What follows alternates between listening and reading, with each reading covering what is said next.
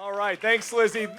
Thanks, everyone, for being here for Football Fridays at the Eck. What a great weekend, and just a tremendous honor to have a real Notre Dame legend here with us today, Tony Rice. Don't laugh, Tony. It's true. You know it.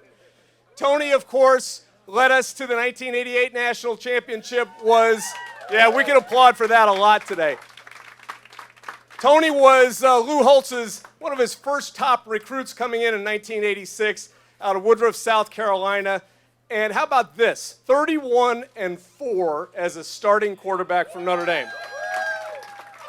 Tony won the Johnny Unitas Golden Arm Award as one of the nation's top quarterbacks and finished fourth in the Heisman Trophy voting. So how about a real nice welcome for Tony Rice? Thanks, guys. Thank you.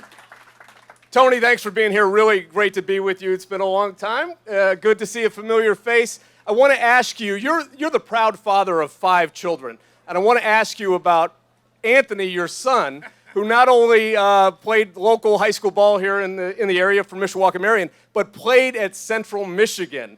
And so I want to know, what was last weekend like for you and Anthony? Well, first of all, I told him he had no chance because we are ND, and one of those things that he grew up here, he knew, and he still loved Notre Dame. But as far as me rooting against Notre Dame, and I've never worn a Central Michigan shirt before, I never will. But it's just one of those things that camaraderie that him and I have together, that male bonding, father-son, but you still cannot beat dad. That's right. You can never beat dad. I love it. Okay, so huge weekend, right? The big top 10 matchup with Ohio State, but it's a big weekend for you and your teammates from the 88 team. Over 40 guys from that team are back on campus along with Coach Holtz to celebrate 2 things, the 35th anniversary of that team, but also Michael Stonebreaker's being inducted into the College Football Hall of Fame this year. And so the team is back in strength. Yes, let's hear it for Michael Stonebreaker. So let's talk about Coach Holtz for a moment. I'd like you to just share some observations and thoughts about the impact he had on you as your coach. What did it mean to play for a guy like that?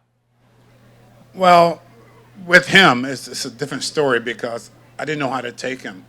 But at the end of the day, someone made a plaque for me that says, "The Lord is my shepherd, but Lou Holtz is my coach." And I totally believe in it to this day. And me being a grown man right now, that every time he's around, his presence, I hide or drink, like, for instance, because I still think I'm that little kid that he brought from Woodruff, South Carolina, that was given an opportunity to be a student athlete first, especially a student. Mike and I graduated together. We lived in the same dorm, so we know each other. And you see me that I'm a student first and an athlete second. When people ask me about, some of the things that are going on, and I wish I can share the information, which I do, but you can't share the feeling because Notre Dame has really done a lot for me and my family and for my classmates because, once everything gone, it started at Notre Dame, it will end at Notre Dame for me. Beautiful, Tony. Thank you. Let's tell everybody, if we could, what dorm was that you and I both lived in? What dorm was that? We lived in Dillon Hall. There you go, yeah. Big Red, let's go. Tony, you have so much to be proud of. That's got to be near the top of the list. So as we talked about, you were a top recruit for Coach coming in, ideally suited for his option attack. Recruiting is so different today. Kids commit early in their high school career. Social media follows everything they do, NIL considerations. Tell us about your recruiting experience. What was that like for you?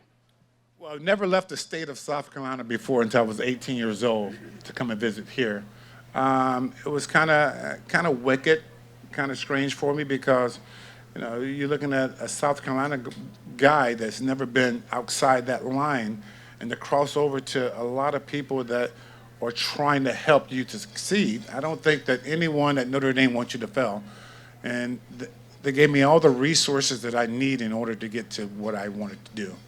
And I was very thankful, still thankful to this day, about given an opportunity to come to this school. And I'm a Southern Baptist going to a Catholic institution. So a lot of people made fun. They made fun of the way I talk when I arrived back in South Carolina for a little bit because they say I sound like a Yankee. But that's okay with me. Notre Dame has built that way, and Coach Holtz always had a game plan in life that what you learn on the football field, you're gonna carry into the real world. And I was very appreciative of him pointing me in the right direction. He didn't have to tell me how fast to go. He just told me to go. And I was like Forrest Gump, and I went because I still fear that little man to this day. So when we think of Tony Rice, we think of success at the highest levels. 31-4 as a starter, a 23-game undefeated streak while you were quarterback here for the Irish, a national championship. But the beginning of your career, you had some bumpy patches in the start of your career. You sat out your freshman year, and then in your sophomore year, let's talk about that first game against Pitt when you came off the bench. Well, let's go back and talk about the first year period, because I had no interaction with the football team at all. My practice was throwing with people in our dorm. And practice was like taking something away from a young kid that's been doing something his whole entire life, and you've been in the back burner and put that one stipulation on that person. How can I overcome that? And it was people like you in my dorm that really helped me a lot, and I'm very thankful for that. For me to go out there and just like go to that next level, I had to prove something, that I am capable of competing in the classroom and on the football field. Just give me a chance. Put me in, coach. And I love that song. But everything reflect back on the people that have paved the way, that helped me across that bridge to get to where I want to be. And, have my back. Being very loyal to the lady on the dome and to Touchdown Jesus and the people that really did something for me. Well, we are so glad that you stuck it out through the tough times and had the success that you did and represent the university so well for so many years. Well, thank you. But it's so funny, like at one point when I lived here, I was out here a lot after my playing career, and then I ended up moving down to Miami. So you get kind of spoiled down there with the weather compared to up here. And they were asking me, or are you coming back for the USC game? I was like, if it's going to snow? No. But Notre Dame has always been in my heart, and it always continue to be. And I've never ran across a bad Notre Dame fan. Even though certain things happen, me living in a hurricane country like Miami, the U, and I said, there's one time you guys didn't beat us, and that was 1988, and I have something to prove for it. But my teammates, they'll be here pretty soon, and Notre Dame will be back up top, hopefully pretty soon as well. Very soon, very soon. So let's talk about that iconic game against Miami in '88, 31-30, obviously. Is there a moment or two that sticks out for you in that game? I still have flashbacks. Coach Holtz yelling at me for running the wrong way, and even though I gained like 8 yards on that play. But you know what? He gave me an order, and I should have went and carried it out, which I forgot because that game was very hyped. All week we practiced and prepare for that game, and everything had to be perfect. Miami came out there, with the skill that they're going to come to our house and take something away from us, and that's why we use the football analogy. Take something away from me. No, you can't come to Notre Dame. Not embarrassing us. You embarrassed us down there before, but not this year. So with the help of the fans and teammates, we prepared ourselves way harder than everything else. But the game time was easy. Practice was really, really hard, and I'm glad the outcome came. That doesn't matter. We got a W. We won by 1. It's still a W in our book. Amen, brother. Amen. All right, now you played with not only in some amazing games, iconic games, but some iconic teammates as well. So Tim Brown, Ricky Waters, Rocket Ishmael, playing with guys like that. What are some remembrances you have of athletes like that, game breakers, and how did that make you a better quarterback? Well, look at that Rocket Ishmael and Tim Brown. I said, damn, they're fast. And as they already said at Notre Dame, Tony Rice cannot throw. I threw when I had to throw, and that's when Coach Holtz gave me the get-go to go ahead and make things happen. Those people really made the game. They really made it easy for me. And by Tim being covered with three guys, still throwing the ball, and for him to still win the Heisman Trophy, that was an accomplishment that I was like, man, I had a part of that. But again, you look at individual stuff, he's a team player. And we'll do anything for each and every one of us. But we have to think about it. But then when you're on the football field, you can't think, you just got to react. So we all have our distinct, advantages that we can overcome anything. But you never know when it's going to come until action takes part. There's always a reaction to any action that you happen. Some amazing guys on the offensive side, but on the other side of the ball, that 88 team had some characters on the defense. So any family-friendly stories you can tell about Pritchett and Stonebreaker and Stams? Well, I'm happy for Stoney. And, Stoney and I have been friends since we were 18, 19 years old. And here we are now, friends. Him being a Hall of Famer, and that's great. And we're here to honor him as well. But those guys really set the tone for us. We knew that our defense was going to make sure that they don't score. If they don't score, they don't win. And that goes on the offense and the defense side of it. But we just can't turn the ball over at any time.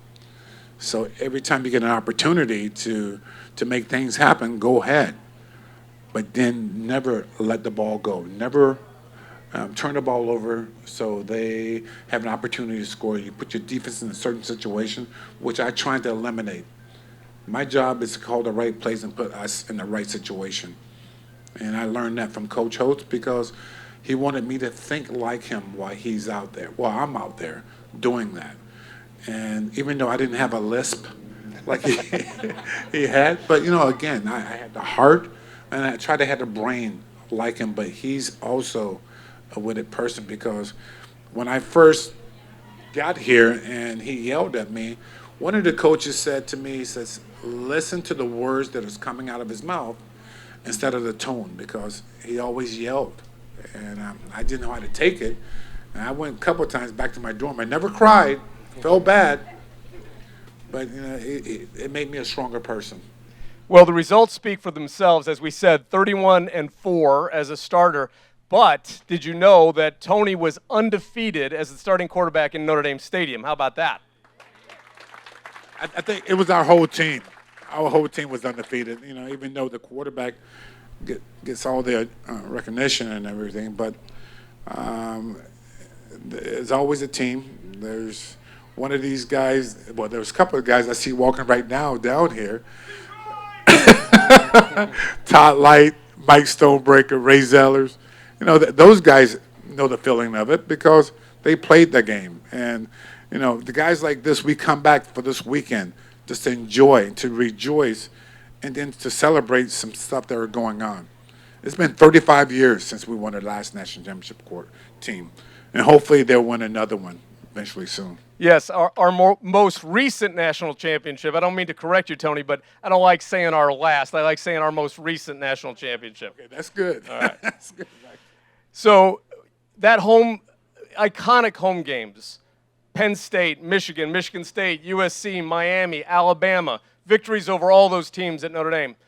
How important is the home crowd when we have those big moments like we have tomorrow? You're looking at the times that when we played top-ranked teams every week. We was on NBC every week. You had to perform. Now, I look at the schedule now. I think it's kind of weak in a way because every week we start off with Michigan, which is in the big house, Michigan State, Purdue, which Purdue had a good team. We played USC. We played Penn State. Here we had something to prove because, again, we play those top teams and Coach Holtz puts us in a right situation. How in the hell can you mess it up? You can't. And he wouldn't allow it or you out the game. So, this year's team, I wish them the best. But nothing can replace the 88 team. The 88 team was unbelievable. And that goes from offense, defense, special teams to the people around us. You know what you were doing in 1988 when Notre Dame was playing against Miami. What in the hell were you guys doing? You know exactly. I can't tell why I was there yesterday, but I can tell why I was going 30-something years ago. So we're very fortunate, to live and to say that we are the last one. But then you never know what tomorrow's going to bring. The most recent.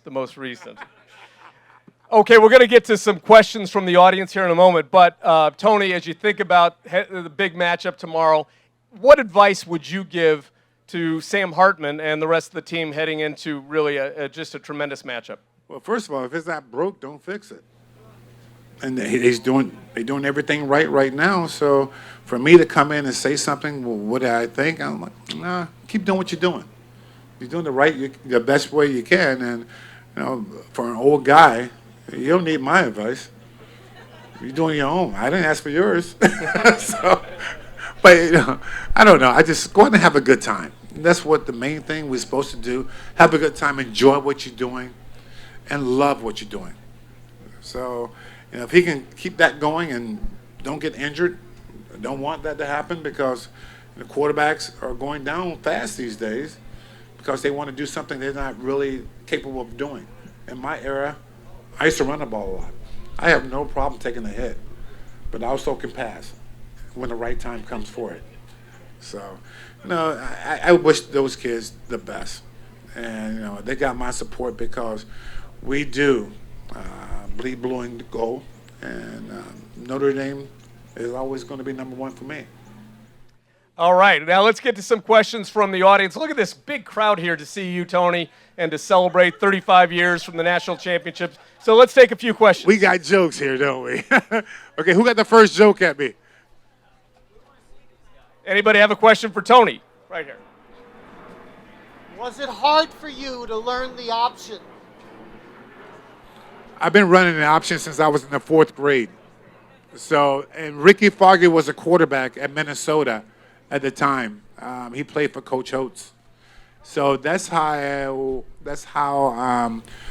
Coach Holtz contacted me because I was going to go to Minnesota to run the option. But he kind of mixed everything as far as mixing the option to passing. And our backfield was the best backfield in the nation. Everyone on our second team was even better than almost the first team. But option was very easy. Times he hard. They said, make it easy for your quarterback. Know his traits, know his goal as far as he's been preparing for it. Just go with it. I can still run the option now. And Coach Holtz would even say to me, step at a 45-degree angle, not a 46, not a 48. Do what I tell you to do. And he would stop the clock, put his ruler down, and most likely I thought I was right, but I was wrong. That little guy sees everything and everyone. All right, who else? Here we go. We want to know your favorite memory with Coach Holtz, Tony. Favorite memory of Coach Holtz?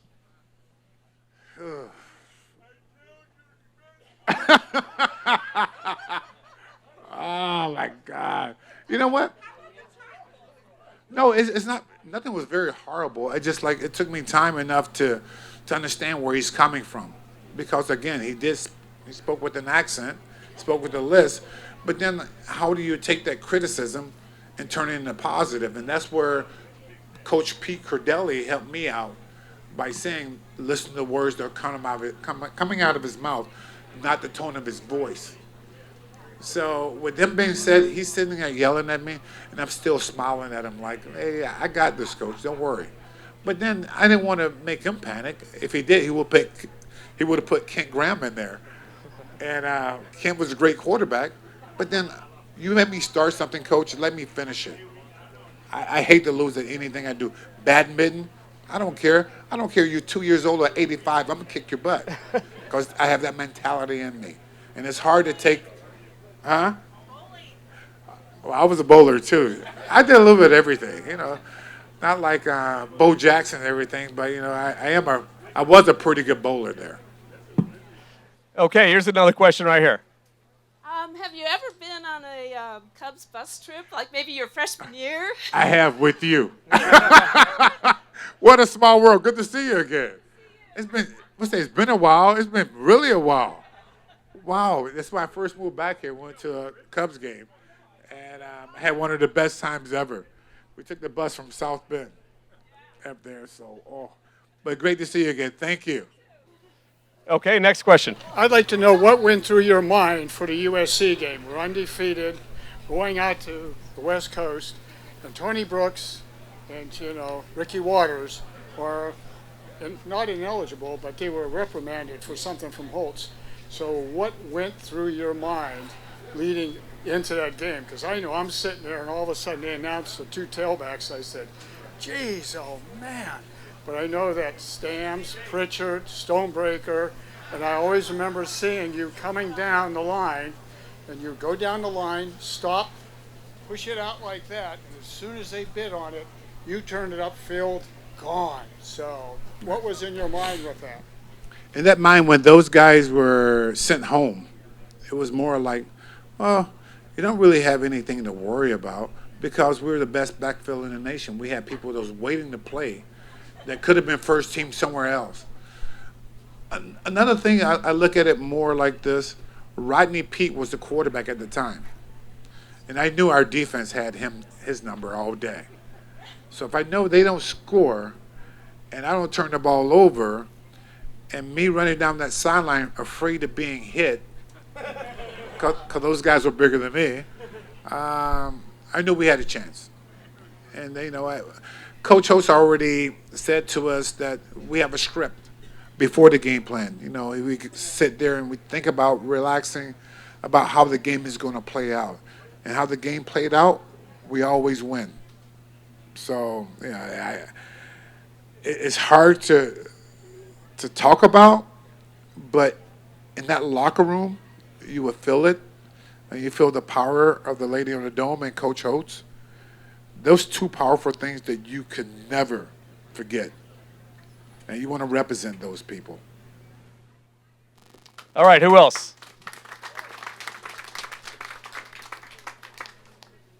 Okay, right here. Tony, I remember if you remember the slant pass to Rocket in the West Virginia game. That was a beautiful throw, so I don't know if it went for a touchdown. I don't know how anybody could take you away from being a thrower. Thank you. It was a beautiful throw. What do you think of the college game today? It have changed. These guys are bigger, faster now than anything else. You're being recruited way out of high school, like a sophomore, junior year. Other than that, it was just more of you get paid a lot more, which I don't care. I'm happy for these kids these days. My time has came and gone, but let them enjoy themselves because you never know when the last play is going to be your last play because of certain injuries, certain things happen. But I just don't get, I'm loyal to Notre Dame. For a person to leave the campus to go to another university, go ahead. That's your loss. And it's going to be someone else's gain too by them coming here. Because Notre Dame has a blueprint. They have a platform. You go ahead. You give me 4 years. And Coach O says 4 years, and he'll give us 40 years of his life. Notre Dame is like that too. You give them 4 years to work with you to get to that next level. And then they're going to take care of you the next time. Because when I say take care, it goes from all the contacts that you've made over the life. A domer, not a domer, but people that love the university, love the spirit, love the things that Notre Dame is doing for them. Take advantage of what you have for 4 years. And live the Spanish life as far as great things. You're going to suffer a little bit. When I say suffer, it's the cold weather here. Because it's no joke. But then you have the rest of your life to live and put together a game plan for you because Notre Dame has offered you an opportunity to come here. All right, how about one more question for Tony? How about you, Mike? Let me ask a question for you.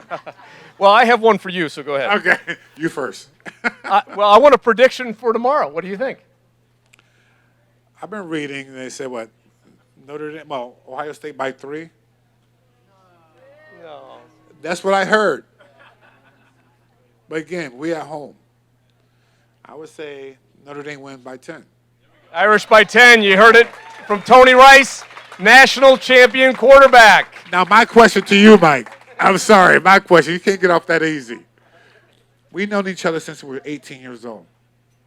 We was in the same dorm. We lived there. So when you called me, what did I say to you? I'll do anything for Notre Dame anytime. That's right. But especially for you, because you're not a stranger calling off the street that went to Notre Dame, even though we all bleed blue and gold.